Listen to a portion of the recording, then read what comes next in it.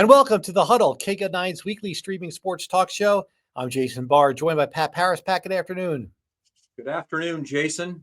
You can feel it, right? Football's starting to begin. We see preseason NFL games. We know the Wildcats are not far off. Yeah, Ja'Cory Cross-Merritt scoring a touchdown for Washington last year. I saw somebody tweet that if Arizona had him last year, they would have gone 8-4 instead of 4-8.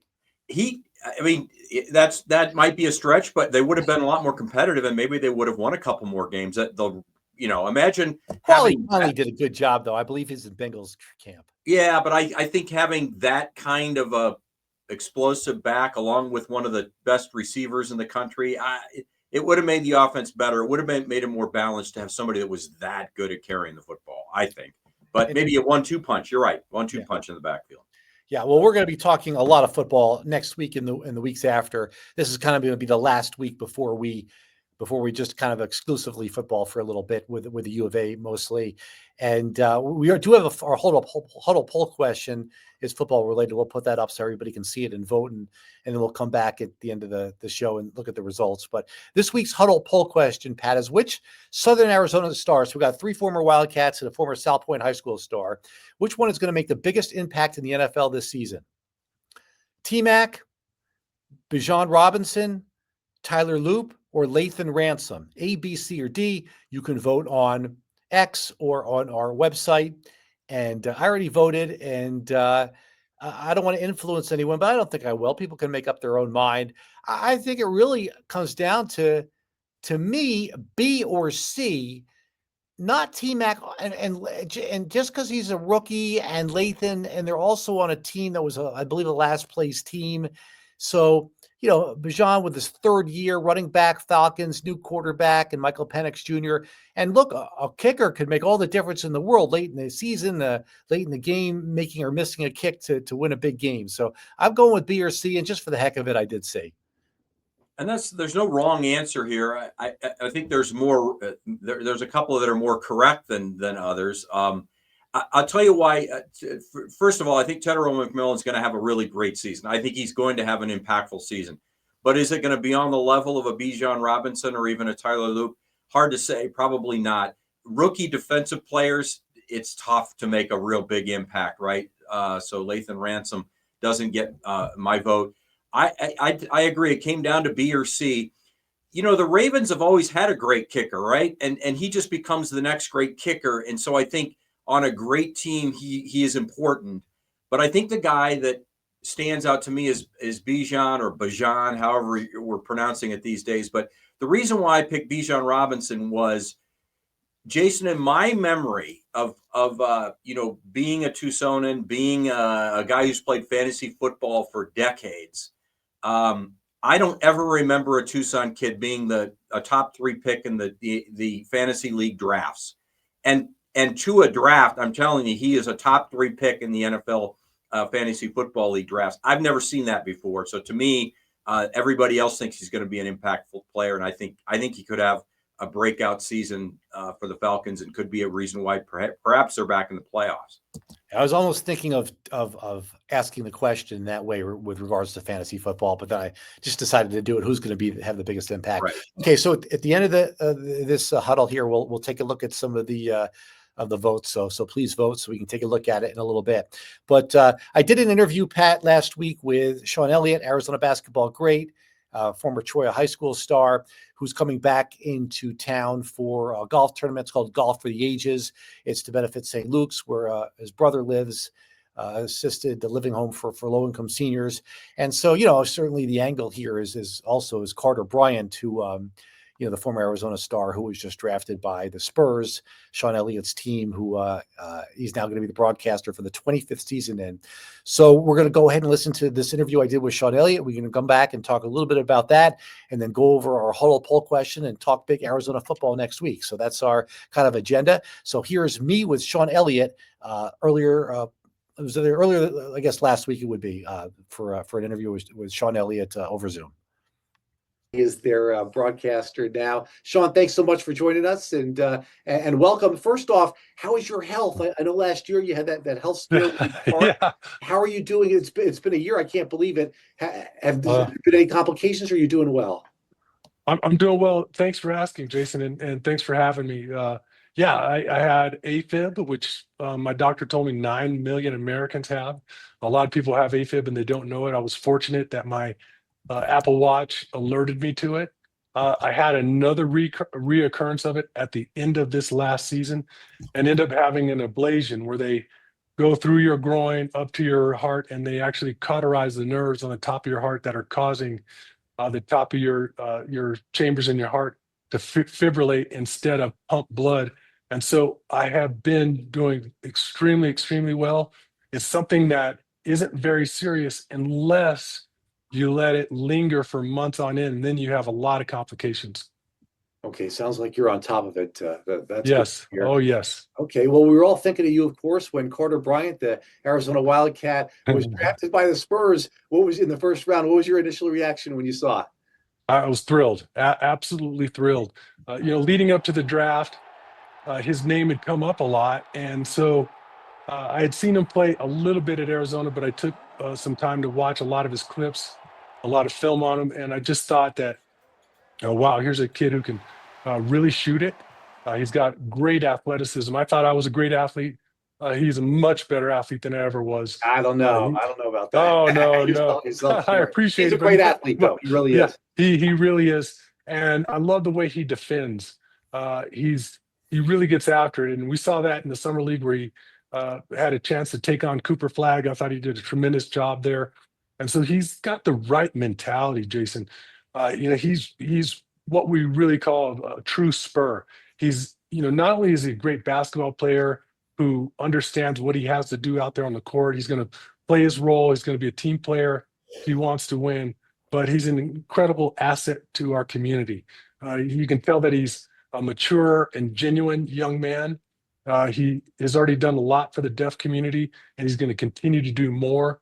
But he's just a community-oriented guy. Obviously, his parents did a wonderful job with him. And so he's just exactly the type of person that you want in a Spurs uniform, where you can point to him and you can say, hey, you can tell your kids that's the kind of role model I want you to look up to. So I think he's going to fit in Terrific role perfectly model. He with really us. is. Yeah. Yeah. Yeah, yeah. How much have you had a chance to speak with him? How much have you had a chance to meet him and talk with him so far? Well, I got to do a function about 2 or 3 days after the draft where I interviewed him and Dylan Harper in front of a lot of the fans. And, like I said, it was apparent to me that he was very mature in his approach, very well-rounded, and he's got his head on right. I was doing another interview earlier and we talked about how, old guys like me, a while back, I would talk to the assistant coaches around the league, guys that I'd played with or against, and they would say, Sean, these guys coming in, they think they're going to be stars right away and they're going to run the organization. They think they're getting the keys from day one. They don't realize that they have to earn them and they have to work for them. And I think Carter Bryant, when I hear everything that he says and I see his approach, it's apparent to me that he knows that he's got work to do. It's not going to be handed to him. He's got to really battle for his time and for his position, and he's going to do exactly that. And so that's why I say he's humble, but he's confident at the same time. He knows that he's a good basketball player, but he knows that he's got work to do. Yeah, this is going to be now your 25th year on the San Antonio Spurs local television broadcast out there. Yeah. That's an incredible achievement and really standing the test of time as well. What does that mean to you to be doing it now for 25 years, that accomplishment? Well, I love it. I love it. I got to tell you, I mean, it was a lot easier for me the first 15, 16, 17 years. I got to call games with Tim Duncan and Tony Parker and Manu Ginobili. And I just, for me, it was a lot of fun because I got to see basketball played the right way. Guys sharing the ball, playing team basketball, a lot of wins. And so for me, it was really easy. It's been a little bit more of a challenge over the last couple of years because we've had a lot of young guys still learning how to play the game. The league has changed a lot. It's not as much interior scoring now. It's a lot more three-point shooting. So it's been a little bit more of a challenge, but it's still been a whole lot of fun. And so for me, the Spurs getting Victor Wembanyama, getting Dylan Harper, now with De'Aaron Fox, with Carter Bryant, with Steph Castle. We're a team that now is poised to make some big steps forward. And so it's about to get a lot more fun again. Definitely a young team on the way up. And I understand you're going to be back in Tucson soon for a little golf for St. Luke's. It's assisted living for low-income seniors where your brother lives. I know last year. What are you most looking forward to about coming back to help out St. Luke's? Well, first off, St. Luke's is a great home. My brother, when my mom passed away, we had to move my brother into an assisted living facility. He was not doing well. There were so many times that my other brother Noel and I were just incredibly concerned about him. Matter of fact, I flew back to Tucson a couple summers ago, and my brother had been in and out of the hospital. I mean, he was in the hospital every 2 weeks or so. And one time, Jason, I honestly thought I was saying goodbye to him because he was just in really bad shape. And as soon as we moved him to St. Luke's, he did a complete 180. They've just done a phenomenal job with him. He gets 3 healthy meals a day. He's got activities to do, and he has a lot of friends, a lot of social outlets there, and so when you look at what St. Luke's does in the community, they've been in Tucson for over 100 years. Over 100 years, they have 80 seniors that are there that can't take care of themselves and don't have the means to afford assisted living, so they really rely on donations. They don't get any state grants, they don't get any local grants, and so this is a great way to raise some money for this home that helps so many people. And again, I mean, I can't even talk to you about the level of care there because my brother is a completely different person. And how can people get involved and play golf? It's called Golf for the Ages. It's September 6th. It's at Arizona National. And so I haven't gotten a chance to play there. Play golf, 3, 4. Sometimes if Claudia lets me out, I might play 5 days a week. And so I love to play. And I haven't played Arizona National yet, but all my friends in Tucson telling me it's unbelievable. So you get out there, you have a great chance to play golf with your buddies. We have unbelievable raffle prize this year. I've already talked to the Spurs. They're going to get 4 tickets for the Spurs at Phoenix. Get a chance to watch Carter in a Spurs uniform against the Suns. And of course, you get a chance to see Victor Wembanyama. We're going to have a Carter Bryant signed ball as well as one of our raffle or auction items. And then I'm going to play with a group. Either it's going to be an auction or it's going to be a raffle. So I get to play with a foursome out there. And so it's just going to be a good time. I mean, anytime you're out on the golf course, it's not a bad time. It's always a good time out on the golf course. And twist my arm, you're going to go out there and play golf for a good cause. I mean, it's a great thing to do. Yeah, and I know people are going to miss you at the Lute Olson Fantasy Camp. I know you're not going to be there this year, but hopefully next year. And I know people love to see you when you come. Jason, I had a great time there last year. Unbelievable time. I was there with Harvey Mason and Kenny. We coached our team to the championship game, and it was just one of those things that I wasn't expecting to be so much fun. So I'm not going to be able to make it this year. But I'm hoping to get back there next year because it's an unbelievable event. And if you're an older guy and you still have dreams of playing basketball and you were good in high school and you still miss some of those glory days, give Lute Olson's camp a shot, the fantasy camp, because it's a great experience.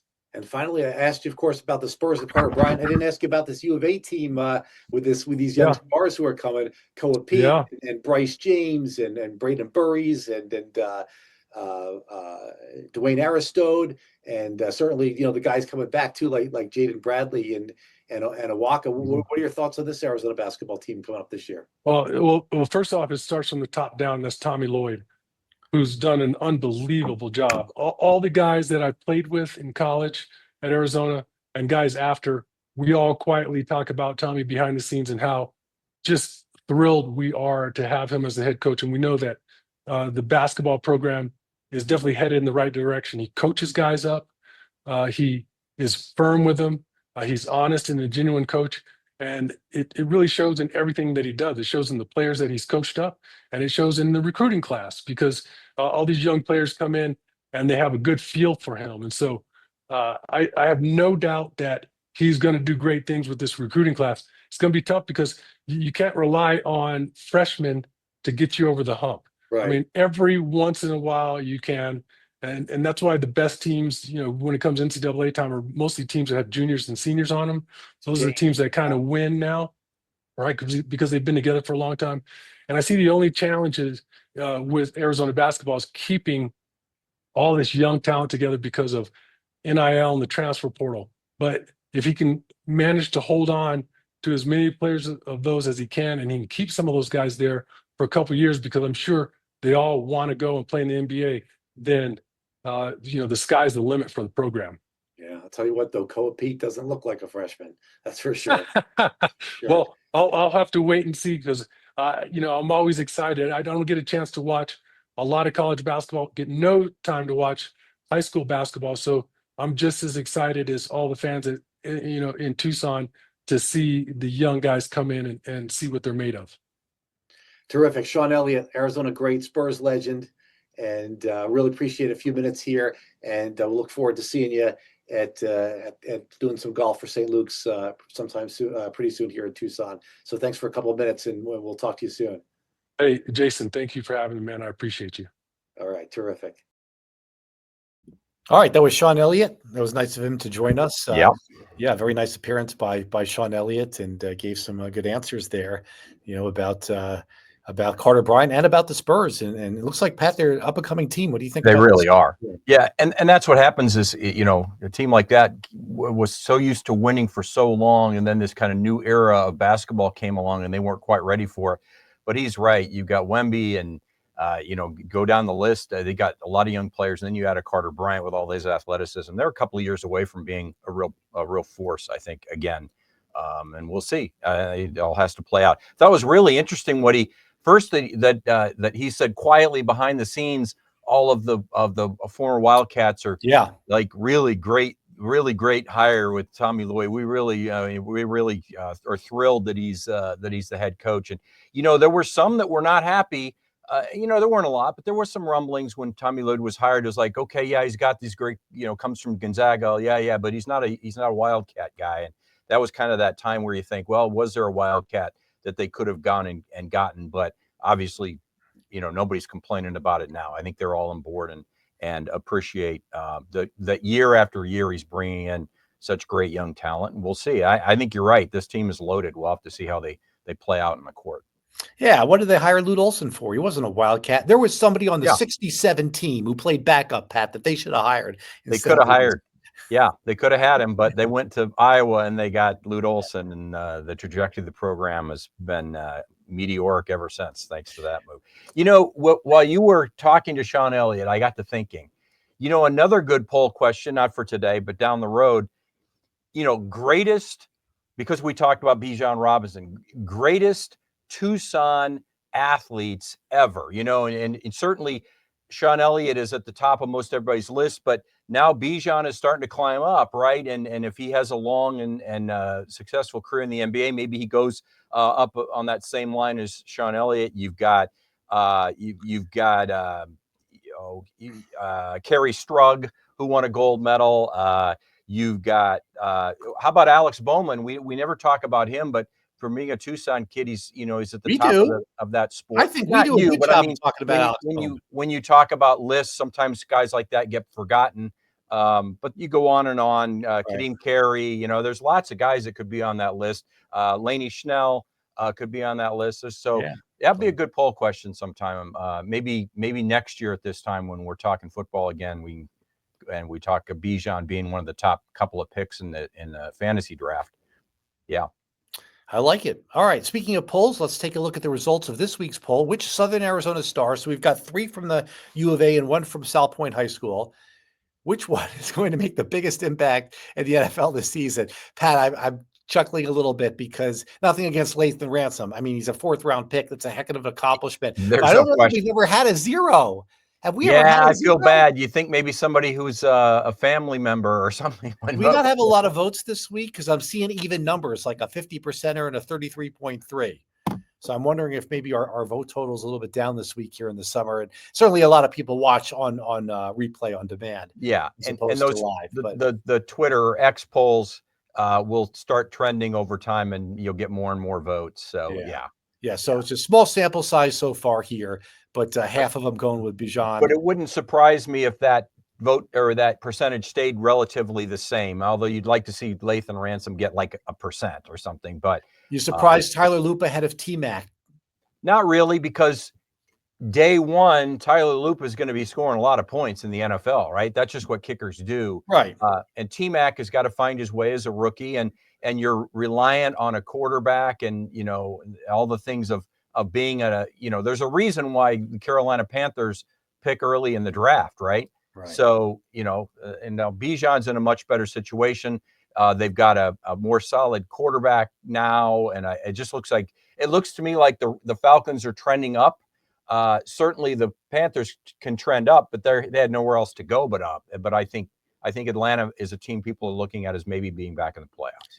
I think T-Mac will have a strong season. I'd be pleasantly surprised if he had a 1,000-yard season. I don't. Yeah, see that's a lot from a. I don't see rookie. that for his rookie year, Yeah. but I think that I think he'll have a strong season. He'll be a touchdown maker, though. I think he's going to get his fair share of touchdowns, but yardage wise, maybe it won't be that high.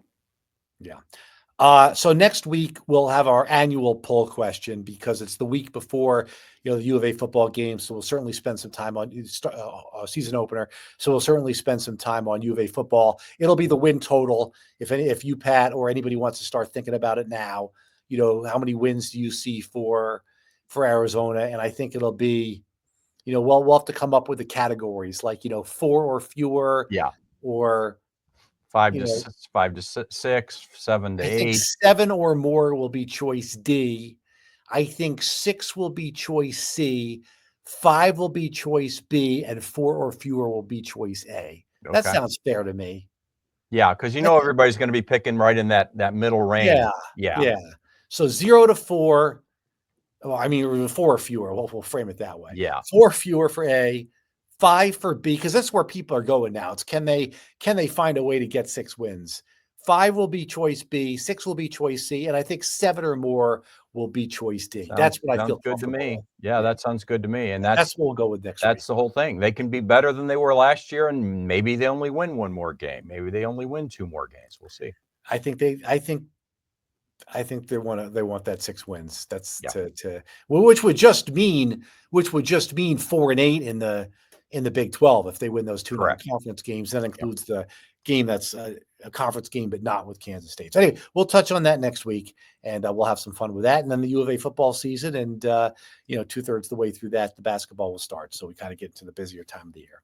Yep. All right. Thanks everybody for watching, for voting in the Huddle poll question, for supporting the Huddle. We do appreciate it here at KGUN 9, whether you're watching live or on demand. Either way is great. For Pat Parris, I'm Jason Barr. This is the Huddle, KGUN 9's weekly streaming sports talk show. We'll see you next week, same time.